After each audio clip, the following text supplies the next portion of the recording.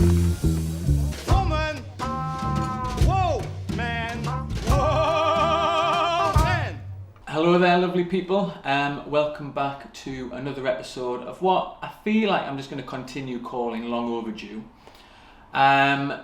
This next episode, I've been talking to the wonderful Paul Crick, who is a wonderful person, human being, and an exceptional coach.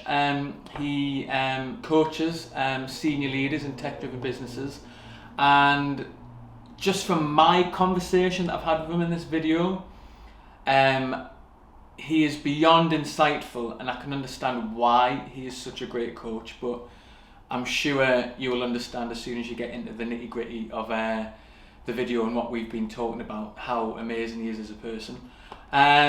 In the video, we talked about our own exploration of masculinity and what masculinity means to us. We touched on our own mental health journey, as well as Paul's business life and coaching life, and how he brings in his own journey and how that's helped him become a better coach by understanding himself in a more full and open and honest way. And I hope you really love the conversation. It is, as always, I feel super impactful, super honest, and so truthful. And we just touch on topics that I feel I don't get the pleasure of exploring enough, and we need to explore more. So I hope you enjoy. And one side note, I don't know what the hell I did or how I set up this podcast, but my audio is a little iffy compared to Paul's audio, which is just really beautiful and not shit compared to mine. I can only apologise, but I hope it doesn't take away from the beauty of the conversations that we had. Just stick with it. It actually probably isn't as bad as what I'm making it out to be, but hey ho, just a little heads up anyway. But enjoy. Whoa, man. So I was having this conversation yesterday where I suddenly realised we confuse behaviour with gender with energy when we talk about masculinity and femininity. Because in my world and the way I apply meaning to it, which doesn't mean it's right, but it's the way I think about it, it's energy. It's not behaviour. So it's not, are we talking about fighting, football, this, that and the other, going out on our bikes and doing sweaty, muscular things. And it's not about the genitalia that you've got inside your pants. It's, to me, it's about energy, because women have masculinity too, and it gets judged. And yet it has so much to bring to the table. And men get judged for displaying femininity. And again, that has much to bring to the table in that we can bridge the gap. Yeah, we can reconnect men to women and women to men.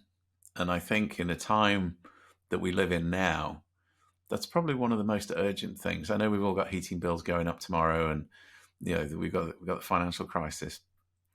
But I do think that what matters more is the fact that we are fragmented and more separated than we've ever been in our history. And there's not just the physical distance, but there's the energetic distance.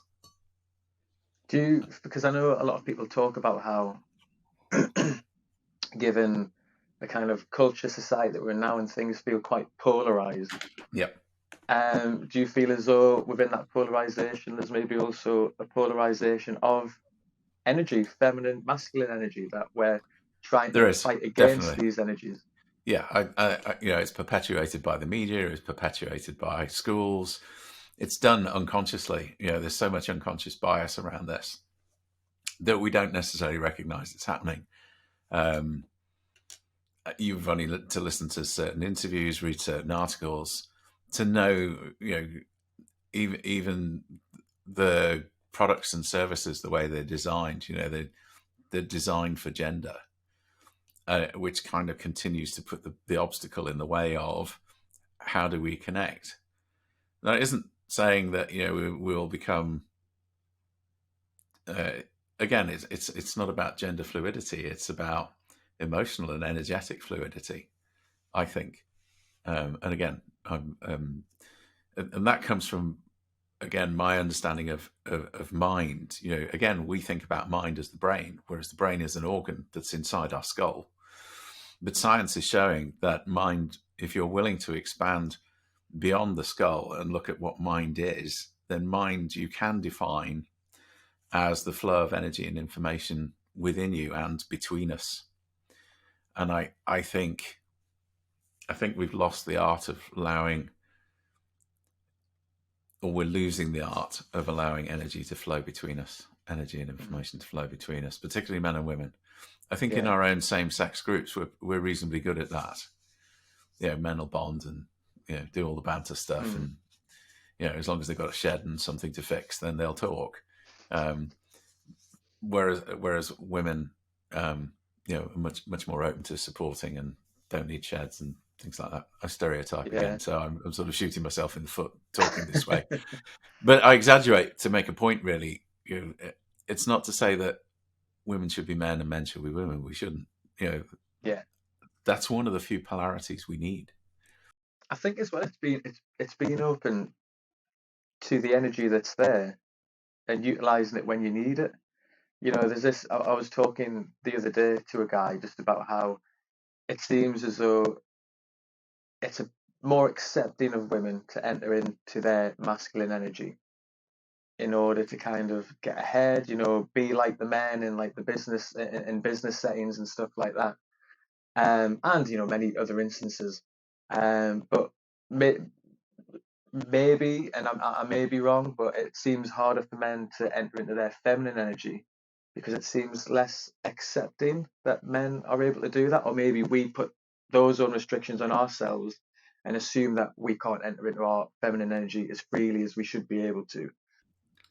I don't know enough. I'd have to go and do some reading around the topic as to what it is that prevents men. But you've only got to look at suicide statistics in the UK and the US. I mean, they're horrendous in terms of the numbers of men that take their own life, choose to take their own life and complete suicide. Whereas the number of women, whilst it does happen, it doesn't happen to the same extent. Yeah, and it's interesting within those statistics because it's that men are more likely to commit suicide, yet women are more likely to seek help, but are also less frequently doing it. So just that suggests everything that we're talking about in the sense that. Well, I think it's a product of our conditioning, and it is getting better. The conversation is being elevated. It's more prevalent. I think. If you've come from a background where don't cry, don't show your feelings, this, that, and the other, it's actually difficult to break out of that. And when I think what's funny, I did a thing called the Mankind Project back in 2007. I was just in a place that wasn't really, it wasn't really empowering. It was quite a mess, and it was an opportunity to go and spend a weekend exploring the idea of masculinity in a sort of structured workshop that was quite full on. It wasn't particularly comfortable either to experience that. You didn't have many possessions. You went through exercises that really did test and push you. But the thing that struck me in particular was when men drop the masks. It's just beautiful. I mean, it really is, and it's as beautiful as what I imagine it is in the way that women are able to communicate with each other openly. And it sounds alien. Look into another man's eyes and then tell them the 3 things you like about them. Tell them the 1 thing you need most help with. Those kind of conversations are difficult, but when you're in a room where you've sort of been tenderized a little bit by the experience, then you tend to open up a little more. And then we get to the real heart of it. And when we get to the heart of it and we walk through the fire of doing that, then you can't go back to what you were. It just puts you in a place of greater empathy, greater compassion. And again, we see those as feminine qualities, and yet I defy anyone, to have compassion Could you have compassion for Putin right now? Most people couldn't. But if you can access it, that's quite a superpower to do that, because it's the person that has compassion that will open the conversation, that may change the conversation. Whoa, man! Just kind of going back to, because you mentioned that you grew up in like a female household.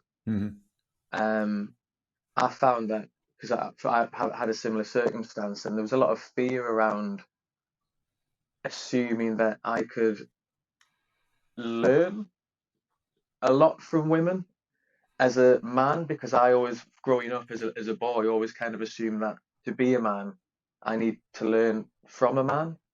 And a lot of the time, my dad wasn't necessarily around for me to have certain conversations with him, and whether I would have had those conversations, I'll never know. But I kind of always assumed that I need to look to him for answers, and I would feel myself retreating when I realised that I may have to have these conversations or learn from my mum and my sisters. And it took me a while to get to the point where I felt comfortable enough to speak to them about certain things, because I just kind of had this natural fear of kind of allowing myself the freedom to feel like I could learn, and allow them to. Again, it was that kind of notion of they're women, and if I learn from women, I'll become more effeminate, and there was a fear to allow that. But obviously, that's not the case, and I've learned that now. But I was very fearful of that, and it takes years to kind of try and unlearn those falsehoods, that you can grow and allow yourself to feel true. Yeah, and I think that's it. I think if you ask me what masculinity was today, I think it's the ability to stand in your own truth, and to stand firmly and not waver, and that's that kind of strength you need, that creates the polarity between the sexes, that then builds healthy relationships. Because one party brings us one energy, or brings an energetic repertoire, but has that solidity and that groundedness that the women look for. I came from a generation of, you go to school, you get a good qualification, you go to university, you get out, you get a great job, you get married, have a house, build a pension, and then enjoy your life. I'm a child of that era, whereas I think I don't know, but I assume it's different now, or it's more diverse than that, whereas it was sort of seen to be the predominant way of thinking. So the stakes were high, and I was never really brilliant at academia at an earlier age. I was silly, I was childish, I didn't like discomfort, still don't to a certain degree, and didn't have the discipline to sort of apply myself to see the point of. I mean, who does when they're 10, 12? So it was all about getting grades. It was all about getting great marks, and I was always in the bottom 5 of the class. I, for whatever reason, I didn't grasp it. Either I didn't do the work, or there were sometimes I did do the work and I still didn't get the marks. So that was the cause of a great deal of shame. I wasn't turning out to be what my parents wanted to be. It wasn't enough just to be me. And so I hid in music. I didn't socialize with a lot of other kids. So as sad as it sounds, music was a refuge. And the musicians and the music that came over the speakers was my friend. And that's where kind of the passion. And I found a lot of solace. I found a way to connect to energy that way. If you're listening to, I always find it interesting that the rock metal genres, they've got that frequency set and that volume that allows you to, when you're withdrawn and you're dissociated, actually allows you to connect to something, and you get into your body, and therefore that felt good. And consequently, it was a source of physical relief and a release of emotional tension that I was able to explore. And because it felt good, I wanted to do more, for all the wrong reasons, but I wanted to do more. Mm-hmm. I wanted to be in a band and be loved by hundreds of thousands of people and all that nonsense. And looking back, I know where that came from, and I know why. And I'm sort of glad I didn't go down that route fully, because I always think, with all that's on offer and all the temptations and all the opportunities to go off the rails, I probably would have done. And it's funny that you mentioned that you found solace in music, but didn't realize why you loved it until further down the line. It's interesting because I'm a big advocate for creativity, allowing people the space to understand their feelings, deal with their emotions in a way that is extremely cathartic. Yes. But it's true where sometimes you fall into these hobbies and interests that you don't put a lot of stock in until later down the line, when you maybe discover that I enjoyed this, I fell into this because I used it as a place to escape and to deal with how I was feeling. And I think, again, from all the pushback when I was younger, and struggling with my mum and dad's divorce, my relationship with my dad, I always say that I never really understood why I decided to start writing poetry one day. Okay. It just felt I was just drawn to it, and it was a way for me, I can understand now, to just try and make sense of my feelings and to kind of get all this jumble of shite that's going on in my head and just kind of try to at least unravel it in some way, and whether that's just through some abstract words, who knows. But it wasn't until further down the line, when I had more opportunity to kind of explore and think and reflect on why did I get into poetry, that I realized that it was a way for me to deal with my feelings and what I was going through. And it's I always find it wonderful to be able to connect with somebody else who doesn't necessarily have the same story, but they fall into creativity for similar reasons. Yeah. And again, it's that kind of reminder to me that you probably don't realize how much you can connect with somebody else until you just have these deeper conversations. I feel as though everyone in some way has the ability to connect with somebody. Yes. But their feelings are just a little bit different. But sometimes your journeys can cross over in some ways. I think we're in a world where we encouraged individuality and we put people on pedestals for being individual. And I think we're reaping the consequences of that. Yes, there is a me, but I think we have to shift to we sooner rather than later, and faster than we think. And only through this energetic connection are we actually going to be able to do that, to go, yeah, right, make a value judgment about how I perceive you. But, if I get a pin and I prick you on your back of your hands, guess what? You bleed red. Just like me. There's a beauty and a need to go on that journey to find who you are as an individual. I think that's true. It's a great thing to do. But then within that, and I think I can only speak from experience, but I've learned that within that journey of trying to find my individuality, it's then came full circle and allowed me to find the empathy within, to then be able to connect with people more freely and easily. That's then, as you kind of mentioned, allowed me to kind of become more of a we and feel comfortable talking about more. Well, it's both and, isn't it? You're an I and a we, and that's really where we need to get to. But you're right. There's that journey of I've got all this conditioning. By the time I've finished my education, I'm carrying this sack behind me of all this conditioning, and I need to then go, okay, how much of this am I going to toss out? How much do I believe and accept is part of who I want to be in the world? To then start self-authoring who I am, rather than being told who I am.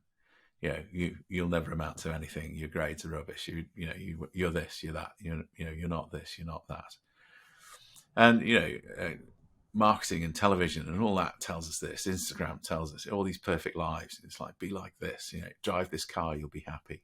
But it takes that unlearning of that, because it is so conditioned within us, to get to a point of, I can stand in my own truth. And for me, that's taken, most of my life. Do you still feel certain pressures to, as a man, to be or act a certain way? No. I think it's more important to stand in my truth. That does have consequences, because that means not everyone likes me. I'm not for everyone. And that's okay. I'm at peace with that now. Whereas I wasn't before, because I was quite needy. And needed to be liked, and needed to be wanted, and needed to be part of that. And don't get me wrong, that doesn't mean I don't need to be needed. I do. But I need that in a certain context.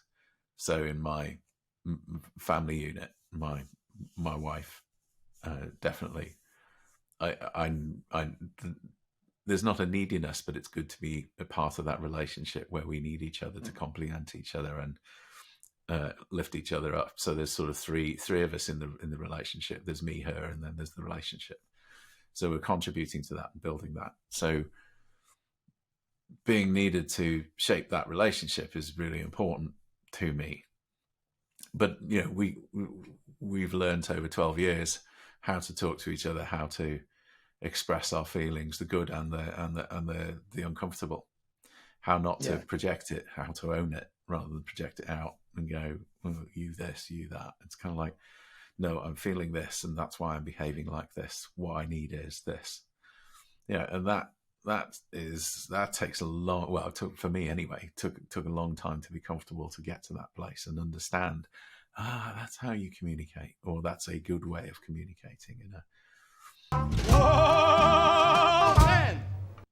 I saw an interesting post that you put on this morning about, as well, just kind of linking up to your coaching, and I did find it interesting, wherein you were mentioning that people need to be ready to be coached. Well, it's that old joke, isn't it? How many psychologists does it take to change a light bulb? Yeah. And the answer is one, but the light bulb's got to want to change. Yeah. Or the musical version of that is, how many guitarists does it? How many musicians does it take to perform? I've forgotten the joke, actually. What is it? To play a guitar solo? I think it is. I'll go and look it up. There, don't tell James you don't know the punchline. It'll come back to you halfway through the conversation. Yeah, it will. But I thought it was interesting, and something I wanted to pick up on, because obviously this notion of you need to be ready to be coached. And it's a bit like me, and I was going to comment, but I didn't have time. Wherein it's a bit like therapy as well, where to get the most out of therapy, I've found that you need to be prepared to explore yourself, to be met with discomfort, but to be fully prepared to experience that. And I was thinking that, I wonder with coaching, and you can, tell me your experience, whether you feel that as a man, that is it maybe harder to get men to get to that point where they're ready to? I don't need to get men to anywhere. Is the answer to that. Yeah. Men get themselves to. It's that classic rock bottom. You're at a point where you just, oh God, help me. Yeah. And when you're there, frankly, what's interesting is people. You can tell the ones that are shopping around or aren't ready, because they go, well, what type of coaching is it, and how long is it, and what's it cost, and tons of questions. Yeah. Whereas the one you want is that walks in that says, this is what's going on. This is where I want to get to. I think you can help me. Can we have a talk? Yeah. And you go, yeah, okay, you're my kind of person. And I've dealt with people who've come out of A&E 3 days having attempted to take their own life. I've dealt with a mother who she walked into the room and she handed me. Before she sat down, she said, "I want you to read this." And it was a newspaper cutting, and it was an open letter to the Daily Telegraph that basically said, why is society not not tracking down my daughter's killer. And I'm kind of like, okay, you need help. At the time, I needed help as well. My next phone call after that session was to my supervisor going, help! How do I do this? But having worked through that, it just grounds you. It gives you confidence to be able to go, okay, they say the depth of your coaching goes to the depths of your experience. So the more experience you've got, the more I deal with transformational coaching. And what that means is I'm looking for people who want to change and recognize that change comes from the inside out. I'm not an accountability coach. I'm not going to phone you every morning and go, did you do it? I'm not that type of coach. I'm not a coach that's teaching you something technical like a sports skill or a coding coach or a mathematics coach. I'm not that. But I am the person that works with teams that says, okay, you want to go from here to here. I know what it takes to go from there to there, which is not the same as your journey. But if I shared some of the hair-raising stories I've got on how I've changed, I can just point to myself and go, I've done it, and I know what it means. I know what it takes, and I know what it feels like to come out the other side. Yeah. And I know what it feels like when you're blind and you have no clue that it can be better, and all you sense is it's just going to get worse. Yeah. I suppose I only asked that question as well because I saw an article the other day. Actually, it might not even be an article. It might have just been somebody giving their opinion on LinkedIn where they were talking about, we need preventative yes measures. We need preventative measures now rather than rather than allowing people to get to the point when they're at rock bottom and they realize they need help. We need to kind of have measures in place that stop people from even getting to that point in the first place. And I know everybody's tired, and I know everybody's run out of energy, and I know everybody's stressed. We've been through 2.5 years of extremely difficult circumstances. I get that, but it doesn't stop us being kind and offering a hand to strangers. Because sometimes that can be enough. Yeah, definitely. And there's within that, it's I always kind of see it as like planting seeds all the time. And when you get to that point where you can live your truth and you're more comfortable with who you are and opening up and talking about raw things but in a confident way. You don't realize the seeds you're planting as you go by being able to talk like that. And I say that because, again, I remember before I got to this point I'm at now where I'm an open book almost. I can talk about anything. When I was doing projects, video projects around survivors of suicide, particularly men, I found it strange, but in a good way, that when I came away from having these really what I assumed initially would have been tough conversations about men who are telling me about their attempts and how it made them feel and what the experience was like. I never came away from those conversations thinking, God, that was brutal. That was really tough to hear. I always came away from it thinking, God, how uplifting to be sat in front of somebody who can speak so confidently about something that is so tough, or what you assumed would be so tough. And I think, it's like planting seeds. I had the privilege of speaking to people who could then allow me time to reflect and think, God, why has that made me feel so uplifted? Maybe I can give myself that feeling as well. And again, just months and months down the line, and the more you kind of start to chip away and explore what that means, you realize that you're then at a point where you're doing exactly the same thing. You're being as open and as raw and as honest as they are, but you're doing it for somebody else. I think that's it, because I think to witness the essence of a human soul, which is really what you're talking about, is a privilege, and it's beautiful. Some of the most electric television I've ever seen was a documentary called The Work, and The Work is about essentially the work that the Mankind Project does, but working with grade A prisoners for 3 days in Folsom Prison. You can get it on YouTube for about £3, I think. And it talks about that, and they just talk in terms that show who they really are. And they're all, they've all done some heinous crime. They're murderers, shot people, done various things that you kind of go, not sure I'd want to walk in that room. But when you watch it, you go, I'd love to walk in that room. Because they all need this. We all need the same things. That's it. We are more same than we are different. And society encourages us to be different. Social media platforms encourage us to be different. Media encourages us to be different. Our workplaces want us to fit in, but to be different. Be outstanding, but fit in. Don't stand out too much though, because we don't like that. And it is beautiful to watch, and it's kind of what got me into the coaching thing. There is a point that comes where you go, I'm no longer needed, and that's beautiful.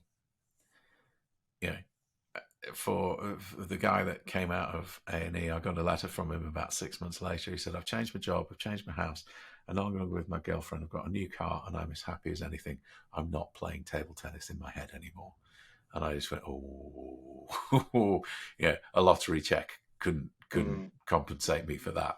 It'd be nice, but it wouldn't match up. It'd be a bonus. But it wouldn't match up to it. And it's the same when I work with teams. You come in and the team's struggling. There's lots of silence, lots of tentativeness.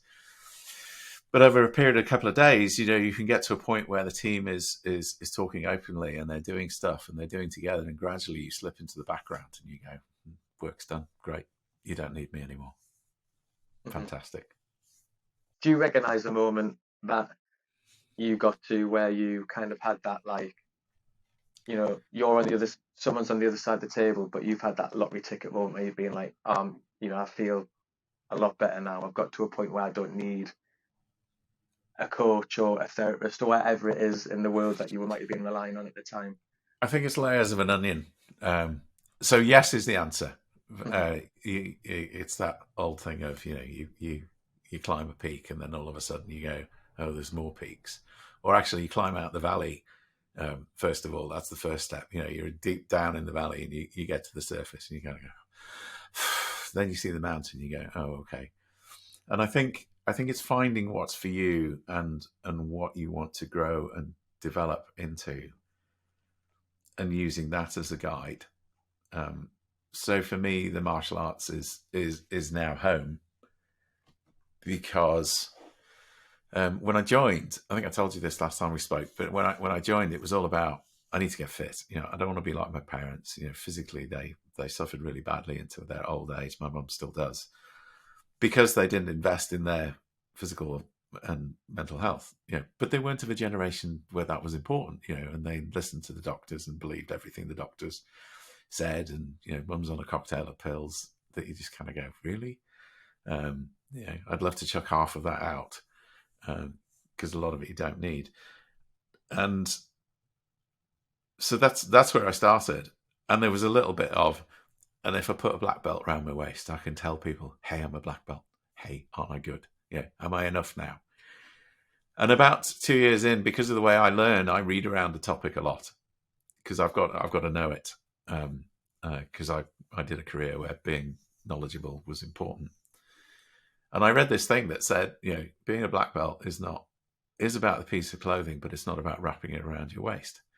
It's becoming worthy of wrapping it around your waist. And I went, oh, I like the sound of that. What does that mean? And it is that thing. You learn to conduct yourself. Your attitude changes. Your outlook changes. How you show up changes. Your whole energy shifts. And that was great. And then I got to a point where about a year and a half ago, I was in a mastermind group. We were talking about, what are the big 5 things you want to achieve before you breathe your last breath? And I've done it twice. And the first time I did it, it was like, well, I want to drive a Tesla. I want to go to Japan. I want to swim with a great white shark. I want to, it was all a load of material, selfish, experiential things. And the second time I did it, and I don't know where this came from, but it's obviously a product of everything that's happened. It was kind of like, well, I want to grow into a gentleman. I'd been to a lot of funerals, and the eulogy was all about, he was such a gentleman, such a gentleman. And I thought, what a wonderful thing to aspire to be, because you never make it. And so that drove sort of like a list of things out of me that I kind of thought, okay, that's interesting. Now, how do I grow into the person? How do I do more of that? And sometimes I need help, and sometimes something will come up, and some of it will be, oh God, not you again. And you go and have 2 or 3 conversations, and then you go, right, okay, that's fine. That's now dealt with. I'm ready to move on. Or, admitting that you spent 20 years in a career helping other large organizations that people would be impressed with, but you haven't got a clue how to start your business. Or why is it so hard? And going, you know what, I need help. I thought I knew all this stuff. I've got this shiny CV that suggests I know all this stuff, and yet the reality is I don't, and I actually need to ask for help. But you have to be ready for it. Totally. And also within that, there's that notion of you never get to a point where you need to stop asking for help. You breathe your last, then you can stop. Yeah. And even then I'm not convinced. Yeah, there's still more work to be done. There's more work to be done. Yes, just in a different dimension. Just one final thought on that as well, because I realise we're coming up to the end of this hour. But it was just that, I had a moment, I think 3 weeks ago almost, where I was in my own head about this notion of asking for help. And I remember thinking to myself, when am I going to get to that age where I feel like I don't have to rely on my mum, or I don't need to go back to her for advice? When am I going to get to that adult age where I can deal with stuff? And then as instantly as I thought that, I also kind of went, what a stupid thought to have, that I will never need help, or I will never need someone's advice or somebody to kind of just fall back on when I need it. Like, you can't do it on your own. We can't do it on our own. We need help and support. We are wired to connect. That's who we are. Mm-hmm. That's what we are as a species. Yeah. Well, on that wonderful and lovely note, it's been a pleasure as always. Thank you so much for dropping back in for a chat. Thanks for having me, Alex. A great conversation. Really enjoyed it. It's been wonderful. I'm so excited to listen to this all back, and hate staring at myself, but I'll have to go through that. You get used to it. Yeah, it'll be fine. I'll get over it. You will. But yeah, thank you so much. I hope you have a lovely day. Yeah, you too. And take care. I'll speak to you again soon, most likely. I hope so. All right. In a bit. Bye. Bye-bye.